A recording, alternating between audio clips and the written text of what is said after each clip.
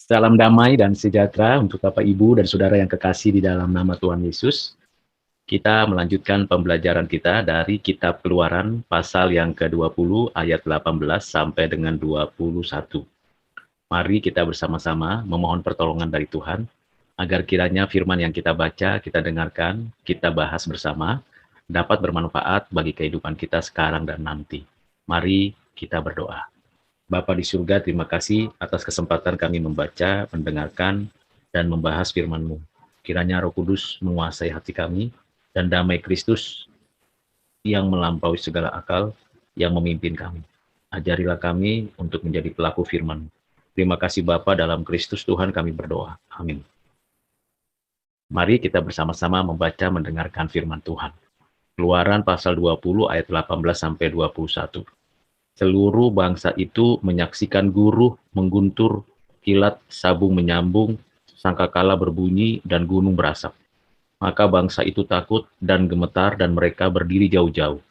Mereka berkata kepada Musa, "Engkaulah yang berbicara dengan kami, maka kami akan mendengarkan, tetapi janganlah Allah berbicara dengan kami. Nanti kami mati."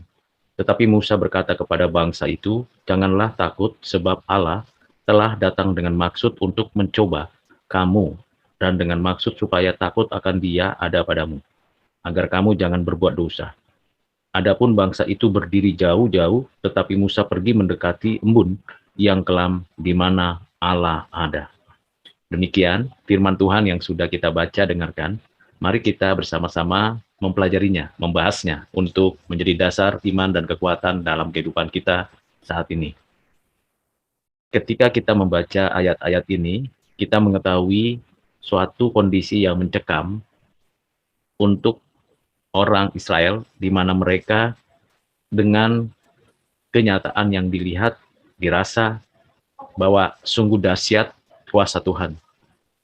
Memang, kalau kita pikir dan renungkan sedalam-dalamnya, tidak ada seorang pun yang sanggup berhadapan muka dengan Allah. Pertama, karena memang Allah adalah Roh yang Maha Kuasa, yang tidak tertandingi. Yang kedua, karena Allah adalah Allah yang kudus, yang mulia, sementara kita ciptaan yang terbatas dan sudah berdosa. Di lain pihak, ketika kita memperhatikan kekaguman, kegentaran, dan ketakutan bangsa Israel ini kepada Tuhan, mereka menyadari ketidaklayakan berdiri di hadapan Tuhan, mendengarkan firman Tuhan. Musa memberikan pesan bahwa apa yang dinyatakan Tuhan di hadapan bangsa Israel ini, agar umat Tuhan ini diuji hatinya, apakah benar-benar memiliki sikap yang gentar dan takut kepada Tuhan. Apakah sungguh-sungguh menghormati Tuhan. Ujiannya ialah hidup kudus, tidak berbuat dosa.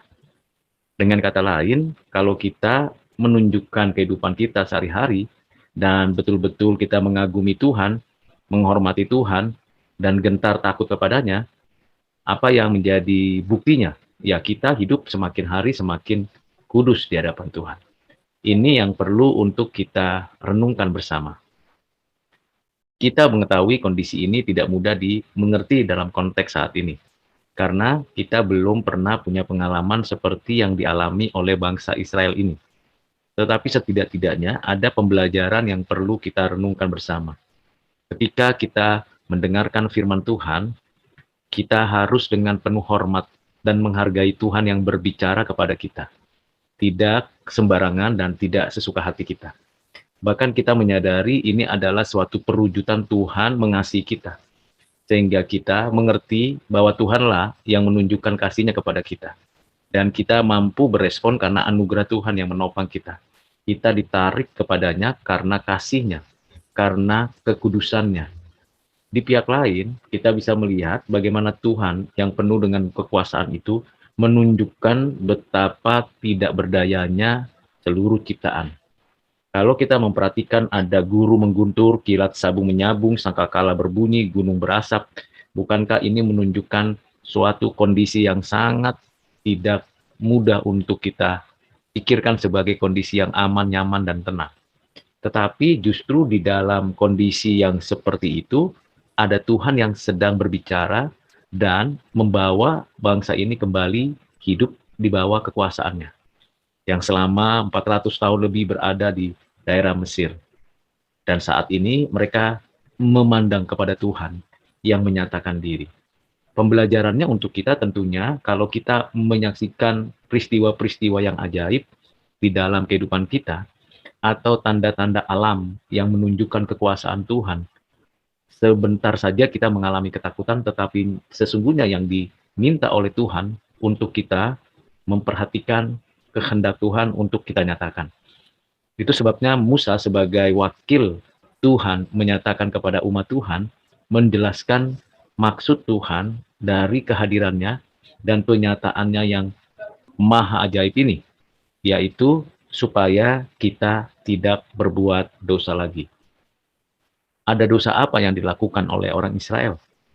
Selain memang sudah mengalami kehidupan yang tidak lagi murni seperti yang seharusnya Tuhan kehendaki bagi orang Israel, sekalipun di daerah Mesir, juga karena mereka dalam perjalanan menggerutu, tidak percaya, bahkan tidak mau meyakini kekuasaan Tuhan, pemeliharaan Tuhan, pertolongan Tuhan.